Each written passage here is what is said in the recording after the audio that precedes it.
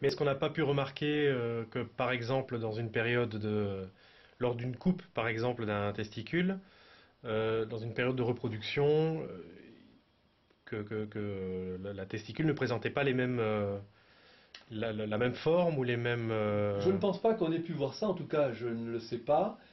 En revanche, chez l'animal, on a pu voir des différences fondamentales entre le rut et la latence. Ça, peut-être on en parlera. Pas chez l'homme, puisque chez l'homme, l'être humain en tout cas, il y a une sorte d'égalité entre les deux, puisque l'homme est libre d'utiliser ses fonctions, tandis que l'animal ne l'est pas. Il utilise ses fonctions, non pas par sa liberté, mais par son instinct. C'est différent. Donc, voilà que il y a donc deux entités, disais-je, dans la glande génitale, la reproductrice et l'hormonale. Et l'hormonale a un rôle différent de la sexualité, très différent. Mais donc alors, Monsieur Duchazot, si donc le cerveau n'est pas le premier, n'est pas premier, euh, par exemple dans les fonctionnements de la mémoire, des émotions, quel est le Le moteur, fonctionnant, le moteur qui peut nous amener tout à fait. à ces comportements? C'est une grande question. Alors, si le docteur Gauthier affirme dans tous ses travaux que je reprends, que le moteur même de notre activité intellectuelle, adaptative, émotionnelle, tout ce que nous sommes sur le plan intellectuel ou mental, l'être humain, parce que chez l'animal c'est bien différent, ça n'est pas par le cerveau. Le cerveau a son rôle, bien entendu, en tant que il est en quelque sorte l'endroit ou le pôle de toutes les alchimies endocriniennes, bien entendu. Le cerveau a son rôle. Mais ce rôle n'est pas tout à fait directeur, comme on le dit. Mais n'est-ce pas justement l'hypothalamus qui se trouve dans le cerveau, qui elle dirige en premier Écoutez, euh, non, parce que l'hypothalamus, on en a parlé depuis 70 ans.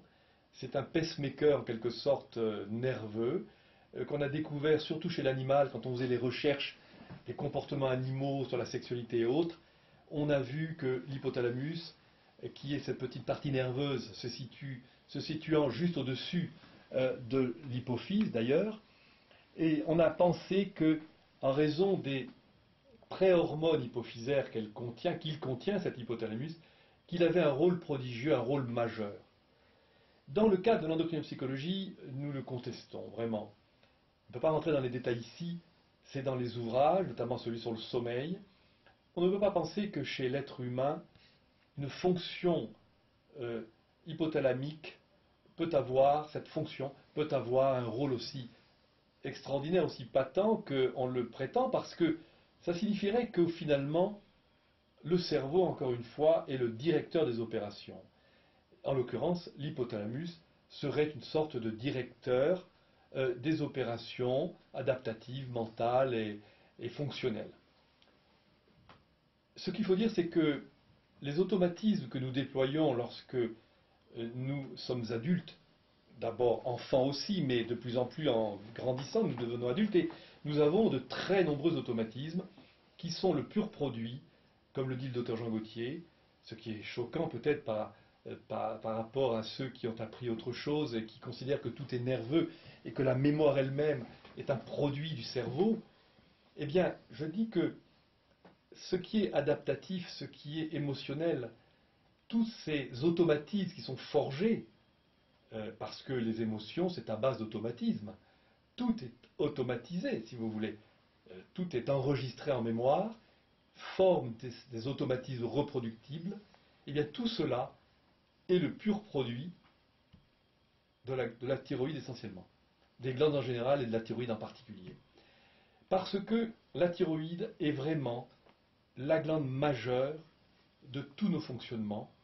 C'est vraiment un paramètre fondamental chez le docteur Jean Gauthier. La thyroïde est une glande prodigieuse, assez inconnue par rapport à tout ce qu'on devrait connaître d'elle, parce qu'évidemment, actuellement, on en connaît un peu plus, on en parle beaucoup, mais on est loin d'avoir fait le tour de la thyroïde. La thyroïde est une glande majeure parce que glande de la vie, vraiment de la vie, c'est-à-dire sans elle on ne peut pas vivre. Glande de la vie parce que glande de l'oxydation cellulaire, glande qui gère l'oxygène sur nos hématies, dans nos globules rouges. Et pour essayer de faire un petit pendant rapide vous m'arrêterez si ça va trop loin. Je parle de glande de la vie. Eh bien, pourrait-on dire alors que ce qu'elle peut faire quand elle est en fonctionnement adéquat, elle peut le faire à l'inverse si elle est en fonctionnement inverse. C'est-à-dire glande de la vie d'un côté, glande de la mort d'un autre. Mais ça ne veut rien dire glande de la mort. C'est ce qu'on ne comprendrait pas. Ça veut dire qu'il y a des activités humaines qui ressemblent à la mort. Le coma. Le coma, c'est une mort apparente. Le sommeil est une mort apparente. L'anesthésie générale est une mort apparente. Les sujets qui sont sous anesthésie générale, quand on regarde un anesthésié général, il est comme mort. Il est vivant. Mais il a l'apparence de la mort. Eh bien, par synthèse, le Dr Gautier est arrivé à montrer que ces apparences de la mort, sommeil profond, le coma, anesthésie générale, sont en fait des hypothyroïdies fondamentales. Autrement dit, le fonctionnement qui préside à ces trois ordres de fonctionnement, dont je viens de parler, sont d'origine thyroïdienne en hypofonction quasi totale. Et donc, est-ce que comme les automatismes et l'adaptation, les émotions et la mémoire sont également le fruit de la thyroïde? Absolument, il n'y a pas d'émotion sans thyroïde, puisque nous savons que les trisomiques, que les handicapés, les idiots ou les crétins, puisque ce sont des termes qu'on emploie souvent pour invectiver quelqu'un, mais ce sont des maladies, ce sont des handicaps mentaux en réalité. Tous les hypothyroïdiens, encore que l'idiotie c'est plutôt une hyperthyroïdie, sont des personnes dont la mémoire est très difficile. Tous les hypothyroïdiens congénitaux en tout cas sont sans aucune mémoire.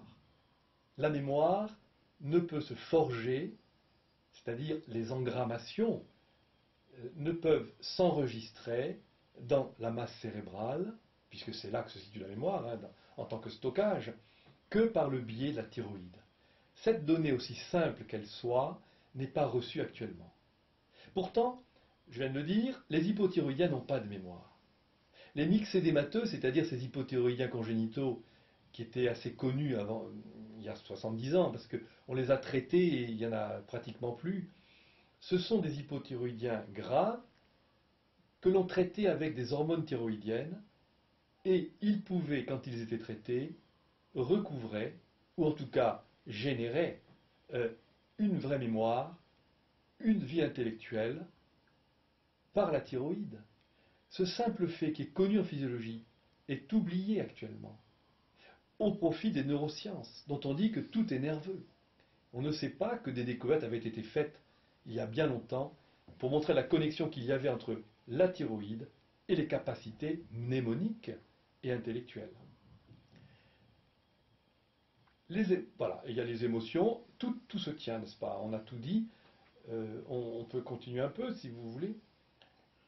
L'adaptation pareil, enfin, je disais que cette parallélisme entre la vie et la mort, c'est intéressant parce que c'est une manière de découvrir en fait.